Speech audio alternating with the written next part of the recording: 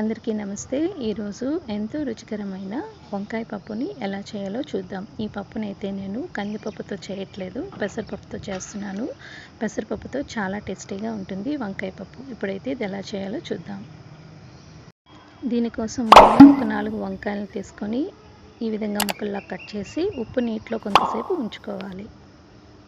తర్వాత 2 medium size ఉల్లిపాయలని చిన్న ముక్కలుగా ఈ విధంగా కట్ చేసుకోవాలి. కొద్దిగా కరివేపాకు, ఒక 2 పచ్చిమిర్చి, క్రష్ చేసిన గార్లిక్ కూడా తీసుకోవాలి.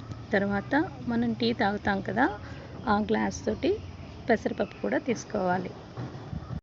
నేను ఇప్పుడు ఈ పప్పుని కుక్కర్లో అయితే చేయట్లేదు. ఒక వెడల్పైన దలసరైన ఒక తపాలా లాంటిది పెట్టి అందులో చేస్తున్నాను. స్టవ్ వెలిగించి ఆ తపాలా పెట్టి తపాలా వేడెక్కిన తర్వాత ఒక 3 స్పూన్ల వరకు ఆయిల్ వేసి ముందైతే పోపు దినుసులు వేసి వేయించుకోవాలి. ఈ పోపు కొద్దిగా వేగిన తర్వాత మనం ముందుగా కడిగి పెట్టుకున్న కరివేపాకుని, తర్వాత పచ్చిమిర్చిని, క్రష్ చేసి పెట్టుకున్న వెల్లుల్లిపాయలను కూడా వేసి వేయించుకోవాలి. ఇక్కడ వంకాయ పప్పు అనేది కందిపప్పు కన్నా పెసరపప్పుతో చాలా టేస్టీగా ఉంటుంది. ఈసారి మీరు చేస్తే పెసరపప్పుతో చేయండి, చాలా బాగుంటుంది. ఈ పోపు అయితే వేగిపోయింది. ఇప్పుడు మనం కట్ చేసి పెట్టుకున్న ఉల్లిపాయ ముక్కల్ని కూడా వేసి వేయించుకోవాలి. ఇక్కడ ఉల్లిపాయలు త్వరగా వేగాలంటే కొద్దిగా ఉప్పు వేసి ఒకసారి కలిపి మూత పెట్టుకుంటే మనకి ఇక్కడ ఉల్లిపాయలు అనేవి త్వరగా వేగిపోతాయి. ఈ వంకాయ పప్పుని పులుపు వేసి చేస్తారు, పులుపు వేయకుండా కూడా చేస్తారు. నేనైతే ఈరోజు పులుపు వేయకుండా చేసి చూపిస్తున్నాను మీకు. ఈ విధంగా కూడా వంకాయ పప్పు చాలా టేస్టీగా ఉంటుంది. పులుపు వేసి కూడా ఎలా చేయాలనేది ఆ వీడియో కూడా నేను చేసి మీకు అప్లోడ్ చేస్తాను. ఇక్కడ ఉల్లిపాయలు అయితే బాగా వేగిపోయాయి. ఇప్పుడు మనం వంకాయ ముక్కల్ని వేసుకుందాం. వంకాయ ముక్కల్ని వేసి దానిపైన కొద్దిగా ఒక 1/2 స్పూన్ వరకు పసుపు వేసి 1 నిమిషం పాటు మూత పెట్టుకోవాలి. తర్వాత 1 నిమిషం తర్వాత మూత తీసి ఒకసారి వంకాయ ముక్కల్ని ఈ విధంగా కలుపుకోవాలి. తర్వాత ఇంకొక నిమిషం పాటు మూత పెట్టి వంకాయ ముక్కల్ని వేయించుకోవాలి. 1 నిమిషం తర్వాత మూత తీసి చూసారా, వంకాయ ముక్కలన్నీ వేగిపోయాయి. ఇప్పుడు మనం ముందుగా ఒక గ్లాస్తో ఉంచుకున్న పెసరపప్పును కూడా వేసి మనం 1 నిమిషం పాటు దీన్ని వేయించుకోవాలి.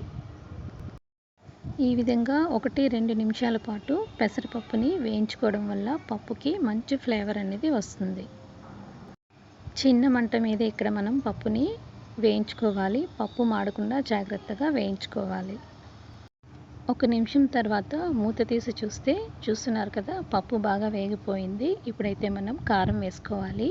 నేను కారం వేసిన వీడియో బయట అనేది మిస్ అయింది. ఇలాంటప్పుడు కారం వేసిన తర్వాత 1 నిమిషం పాటు మూత పెట్టి వేయించుకొని తర్వాత వాటర్ని వేసుకోవాలి. నేనైతే ఒక 2 గ్లాసుల వరకు వాటర్ని అయితే వేసాను. వాటర్ని యాడ్ చేసిన తర్వాత దానిపైన మూత పెట్టి ఈ విధంగా కొద్దిగా వాటర్ని వేసుకోవాలి. ఈ విధంగా పైన వాటర్ పెట్టడం వల్ల లోపల పప్పు అనేది చాలా ఎర్లీగా కుక్ అవుతుంది. మా అమ్మమ్మ వాళ్ళైతే ఈ విధంగానే పప్పుని ఉడికించేవాళ్ళు అప్పట్లో. కొంతసేపటి తర్వాత మూత తీసి చూస్తే పప్పు ఇంకా ఉడకాలి. ఇప్పుడు మనం పైన వాటర్ని పెట్టుకున్నాం కదా, ఆ వాటర్ని ఇందులో యాడ్ చేసుకోవచ్చు.